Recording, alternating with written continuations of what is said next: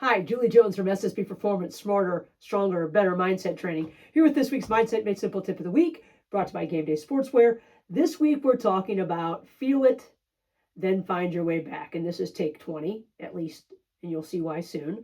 But we're getting closer to selling our parents' house. And last week, my sister and I took the week together and pulled out most of the things that mean the most to us. And then a few days ago, I dropped Jen off with her boxes of keepsakes at her house in Arkansas. And man, this has been a process. It's an emotionally heavy process. It's a physically heavy process. And my sister walked out of this house that my great-grandfather and my grandfather built back in 1963 for the very last time last week. Neither of us grew up in this house. She lived there for maybe a year or so when my parents first moved out there, because at first this was our grandparents' house, and then it became our kids' grandparents' house. But either way, it's been part of our whole lives. And we knew this was coming. We've been working toward this for months. And I thought I'd been preparing myself day by day. I know how to manage emotions, but I'm not very good at it. And yet too many times to count, I picked up something that to anyone else would have looked completely ordinary. And just like that, I wasn't standing in the house anymore. I'm standing back in my childhood. Memories, Christmases, birthdays, watching my dad mow the grass, family dinners, conversations I hadn't thought about in years. For a few moments, I wasn't sorting boxes. I'm reliving a lifetime. And it reminded me of how incredibly powerful our brains are. One smell, one song, one object, one place can instantly activate an entire network of memories and emotions. Neuroscientists call this associative memory. Our brain is constantly connecting the present to our past. And when something important is linked to love, like was in this house, a loss, or joy, those emotional memories are stored especially well. If we want to get technical for just a second, it's because the interaction between the hippocampus, where memories are organized, and the amygdala, which helps tag emotionally significant experiences, these things work together. In other words, sometimes our heart shows up before our thinking brain has a chance to catch up. Maybe you've experienced it too. You hear something on the radio. You know all the words. It throws you right back to college. It throws you right back to wherever. You catch the smell of your grandma's perfume or something that she used to make. You drive by your childhood home, or you walk into an empty house that used to feel full, and suddenly your attention isn't on what's happening now. It's somewhere else entirely. And that's completely normal. It happens to us all the time. But one of the biggest misconceptions about mental performance or performance in general is that mentally strong people somehow don't experience these types of moments. And nothing could be further from the truth. We watched just yesterday Messi, one of the greatest soccer players ever to touch a ball, show a ton of emotion after yesterday's World Cup final. I'm sure he was disappointed in the loss, but I'd imagine there was so much more going on in his head and in his heart, thinking about his entire career. I'm sure his memories came flooding back, just like ours did as we moved through our parents' house for the last time together. But I'm so glad Messi gave us such a great example of the fact that the strongest people don't suppress emotion, they allow it. He's not crying on the field when he's playing, but he's letting himself feel and then figuring out what to do next. Psychologist Susan David, who spent years studying emotional agility, reminds us the emotions are data, not directives. Think about that for a second. Your emotions are giving you information. They're not telling you what you have to do next. And that's an incredibly important distinction. We've talked about this numerous times, but it's hard to remember. Because while we can't always control what we feel, we can influence what we do with our attention once we notice it. So as I stood in my parents' house this week, I had a choice over and over and over again. I could stay in those memories, or I could gently remind myself that I'll come back to this, but right now, the next box needs to be packed. Not because I wanted to ignore my grief or my sadness or my joy or whatever it was, not because I love my parents, grandparents, or that place any less, but because there was work that still needed to be done. That's not suppressing emotion. That's regulating attention. And those two are two very, very, very different things. And they're not mutually exclusive. James Gross, one of the world's leading researchers on emotional regulation, has shown that healthy emotional regulation isn't about pretending feelings don't exist. In fact, trying to push emotions away often make them stronger. It's like holding the beach ball down underneath the water. As soon as you let it go, boom. Instead, resilient people acknowledge what they're feeling while intentionally choosing behaviors that align with what's most important in that moment. They notice a feeling, they accept that it's there, then they decide where their attention needs to go next. This is exactly what happens in sport. You strike out with the bases loaded, you make an error, you miss the putt, or you give up the goal. The disappointment is real. Ignoring it rarely works, and living in it doesn't help at all. The best performers I've worked with don't ask themselves how to stop feeling this. And I'm sure Messi didn't ask himself that yesterday either, even with the cameras in his face watching him cry. Instead, they ask, what does this moment require of me? That question shifts us from emotion to intention and from reaction to response. It keeps us from being carried away by our feelings and allows us to choose our next move. Researcher Michael Posner describes attention as one of the brain's executive systems. Where we intentionally direct our attention influences what we notice, what we think about, and ultimately how we perform. Every single time we redirect our attention, we're strengthening that mental skill just like we build our muscles in a gym. Therefore, if you think about it, attention isn't just something we have, it's something we train. This doesn't mean we don't feel, it means we can feel and still get things done.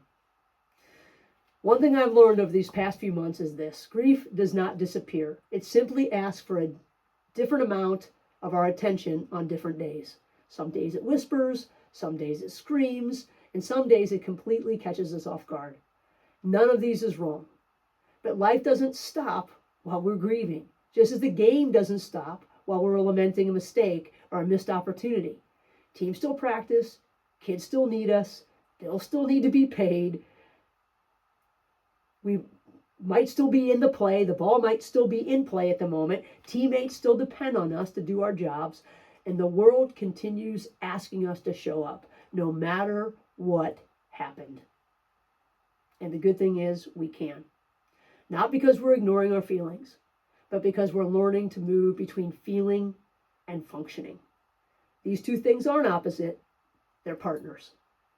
The ability to return to baseline after an emotional moment, to recover, to regather, to reconnect to whatever it is that's in front of us, is one of the most important performance skills that we can develop. It's back to our familiar skill of emotional regulation, and research consistently links emotional regulation to greater resilience, better decision making, improved relationships, higher performance across sport, business, and every single thing that we do.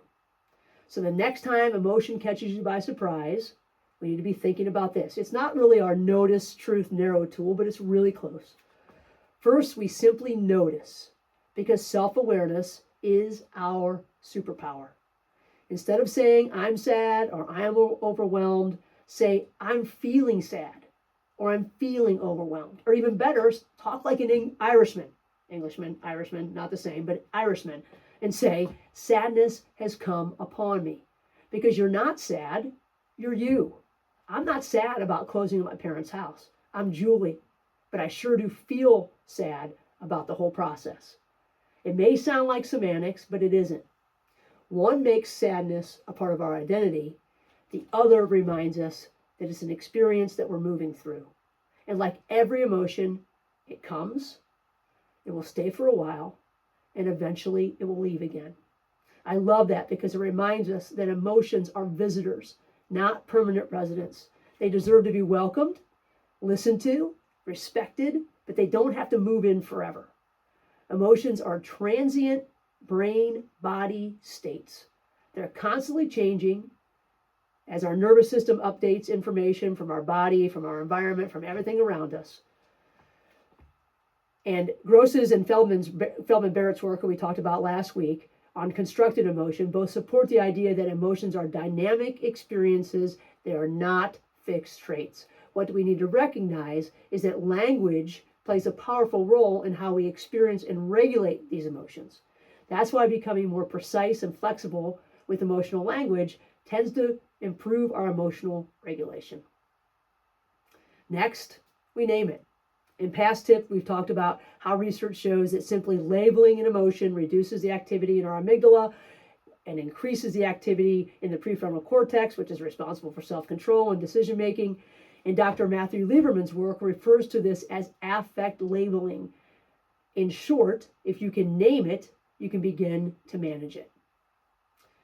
Then, after we notice it and we name it, a good old deep breath is a great next move.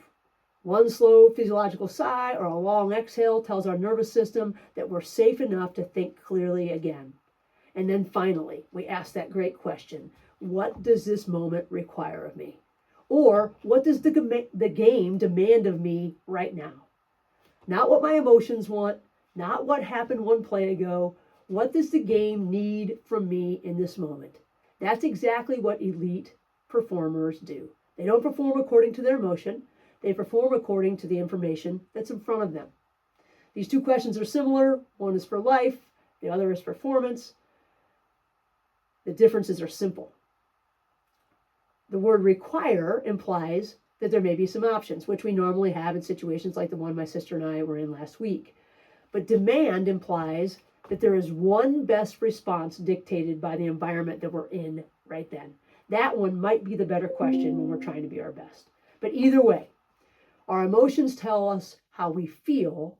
The moment tells us what to do. So we notice, we name it, take a deep breath, then we ask, what's the next right thing? Not forever, just next. Maybe that's the lesson that my parents' house has given me. We don't have to choose between feeling deeply and functioning well. We can honor our emotions without allowing them to completely hijack our attention, because performance isn't about pretending life doesn't hurt. It's about learning how to return to what matters after it does, because it will. And maybe that's one of the greatest skills that any of us can develop, to be able to fully feel, to recover intentionally, and to keep showing up for the people and the purposes that still need us, no matter what's just happened. I'm not saying this is easy, nor am I saying that it's not okay for Messi to sit on a pitch for what seemed like forever after a very meaningful game and let the emotions flow. But if we can, when needed, find a way to feel it and find our way back, then I'm pretty sure we're going to feel better and perform better in the long run. Emotional regulation is not easy. And as much as I talk about this stuff, mine run wild too. But if we can notice and name it, sadness has come upon me. I'm not sad. I'm Julie. And then regain control with a bottom-up tool like a deep breath. And then move on to a great question. What does this moment require of me? I can show up and I can be my best for whatever it is that needs me at the moment. Maybe it's just me. If you'd like to talk about this or any other mental performance tool, JulieJ at ssbperformance.com. I'd love to work with your program. Got a couple more spots for the 2026-27 school year. Join us. We have a great time, get a lot of work done, and it's a wonderful experience to think about how our brain, our minds affect our performance. We let it control what we do so often, but it doesn't have to be that way. We just need a few tools. So let's have a conversation. And until next week, have a great week or not. The choice is yours.